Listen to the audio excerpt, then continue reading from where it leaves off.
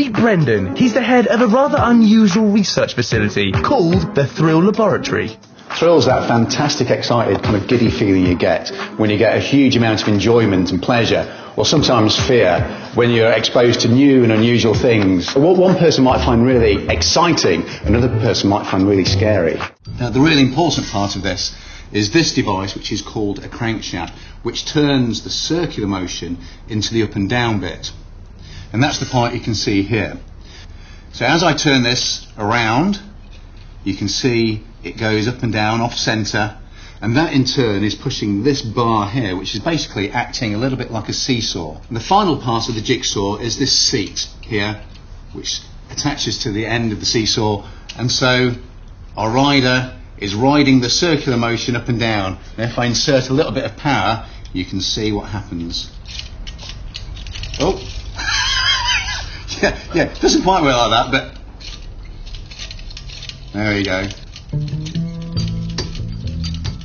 Here in the centre of the room we've got a marble fireplace. Yeah. It's a massive piece of marble. You know, it's huge. Way over 2 metres wide, and it's got to cost tens of thousands of pounds. We need to recreate this, but obviously not as expensive. I mean, are there ways we can do that? Yes, absolutely. Use timber mouldings. Yeah. And then have it marbled. Marbled? Yeah. Is that a technique, is it? It's a technique. We get the scenic artist in. It will have the real essence of the original. Yeah, I can't wait to be next to this fireplace now. Here we've got improvements in coffins for indicating the burial alive of persons in a trance.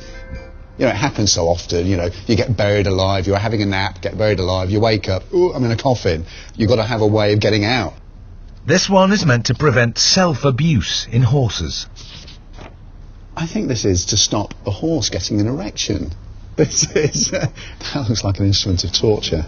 So, the higher the risks you take, the more likely you are to become a successful hunter, and also perhaps more attractive to a potential mate. I like that. I'm in that category, I think. It kind of sounds like a good way to be. Yeah, I think so. But the higher the risk you take, the more likely you are to get eaten. I've been collecting all your values for your fear, your excitement, and I've been able to come up with your very own thrill factor for the ride.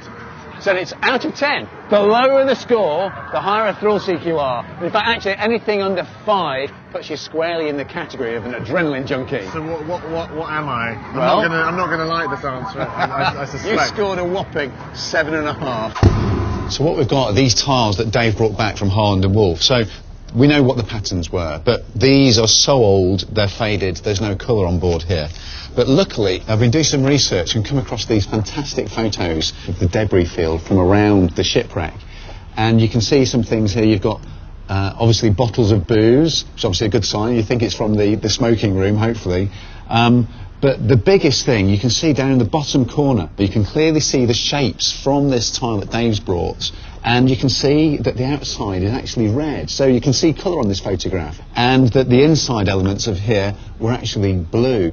I'm going to be looking for a number of ideas, originality and also usefulness. Charlotte's TV aerial wire idea, I like the technology. And Ben, his coffee sieve was inspired. I have to say that I'm going to hand it to the call centre. It doesn't really surprise me because the call centre is probably really used to sort of dealing with difficult tasks and thinking on their feet all the time, every sort of moment of the day. And probably the clevers may be more used to working in an academic environment where they're very focused on a single application. This is our Marconi radio transmitter. And this is what we're using as our transmitter aerial. Now we're actually transmitting only a very short distance all the way over to this receiving aerial, which then goes down to this receiving set, which is the kind of set that would have been used around 100 years ago. And then we're actually going to take a cable from here and go outside, and that's where our friends from the radio club from Poole are actually going to help us transmit that signal using modern day technology out to the guys at sea. We're looking down. A little shimmy and a barrel roll around, straight down, right around, and a twist as well. Yeah, still getting good spikes and pleasure, and you can see definitely on my face here I'm really having a good time. We're looking at the centres and looking at those very particular muscle groups associated with those emotions, whether it's pleasure or fear. Yeah. We can actually discern those difficult to read facial expressions. We can actually discern whether they are through pleasure or fear.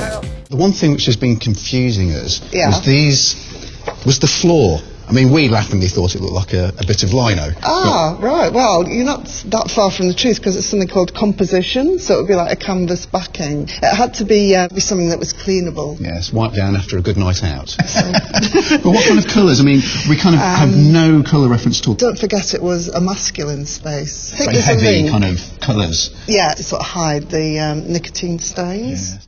We've got 5 patients who are going to be wired up to a wheelchair which is going to be monitoring their body's responses to extreme and repeated horrors. Members of the public are invited down to the cinema to see these live experiments projected outside the auditorium real time, just that they'll get an idea of the horrors that are being experienced inside the auditorium as our patients are watching some of the UK's most scary horror films. You ready for your final film? Yeah. Bring it. Go. Top shelf, most horrific film we could find. Okay, go on, I'm Here we ready. go. So once you get strapped into the seat, you've got absolutely no idea what's going to be happening ahead of you in the ride. So what's happening in the warehouse there, you don't know. And that's the whole point of a horror ride. You don't know what you're going to be subjected to. Just seeing these pictures here of these guys, they're in their own lecturing classroom in the Liverpool school.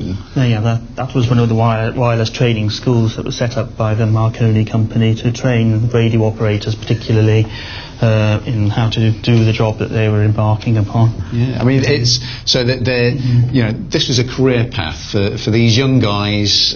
They become Marconi trained and certified radio operators. They go aboard these ships. They'd see the world. I mean, what a fantastic career. There is plenty of room in the service for the right sort of worker, but for the shirker, none. Absolutely none.